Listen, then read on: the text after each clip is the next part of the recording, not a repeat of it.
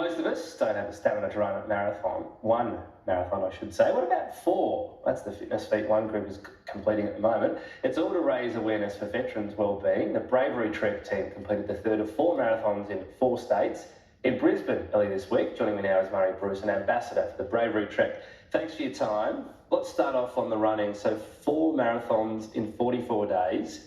How do you do that? Is it sort of feed up for a couple of days after each one and then get back into it? Because you can't take the whole time off. You've got to keep the legs ticking over, right? Yeah, it's quite a challenge. You don't know whether you're recovering, whether you're training, whether you're tapering, or whether you're just reliving the moments from the last marathon you've done and the experience there. So it's quite confusing in between them. This one we've got a fair break, 13 days between Brisbane and Melbourne. It was only 9 days between Canberra and Sydney. Okay. So this is a good break. I saw you walked in. You still look pretty nimble. You've got boots on, so the blister count's not too high. No, and most of my toenails still intact, so all going well. Most, all right. Yeah. The third one completed in Brisbane, as you say. I think we've got vision.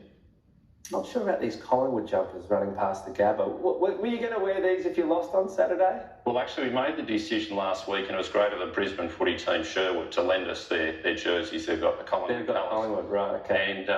And one of the things for veterans is often they come back from overseas deployments and they don't feel at home in their own country. They feel alienated. And we thought it was a useful thing in empathy for veterans and the challenges they face when they come back, that they can feel out of sorts and they can be bringing back health, mental health challenges.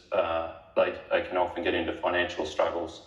And we thought having an empathy for that situation and that alienation, that isolation that they feel. So almost that unease as you're running, knowing there's probably a few lines tragics out there. I may or may not be one. 1 or 2 comments. Yeah. Most of them quite charitable in the scheme of things, but we handed them a card that provided them details of what we're up to. Okay, interesting. Saying, look, it's okay, we're not here to poke the bear, but yeah, interesting. All right. I guess one of the big things with veterans, if you go back way back when, they were always fated. You know, we talk about modern Australia and the sort of birthplace of Gallipoli. And then a lot of the wars since the Second World War have been difficult. People have disagreed with motives for going there.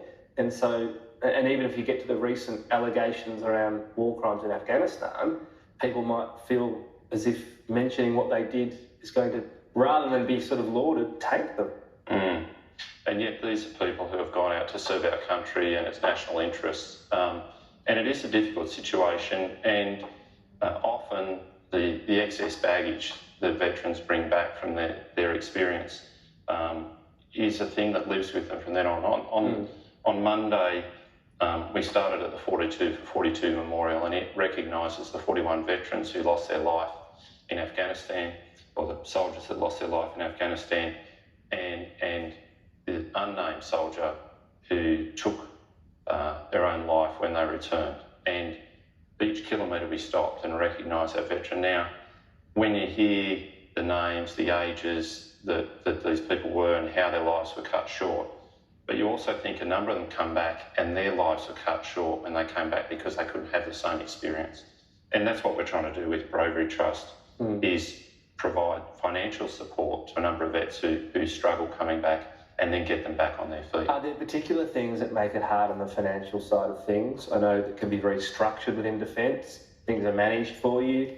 People might not have paid rent for years. Yeah. Does it really lend itself to sort of getting out there and suddenly financial management's really difficult? Yeah, it is that transition out, but there's also, if you're carrying health and mental health issues, your ability to get employment. Yeah. And veterans have superpowers that are really great, but they also have a number of weaknesses that can come into play, and that financial capability.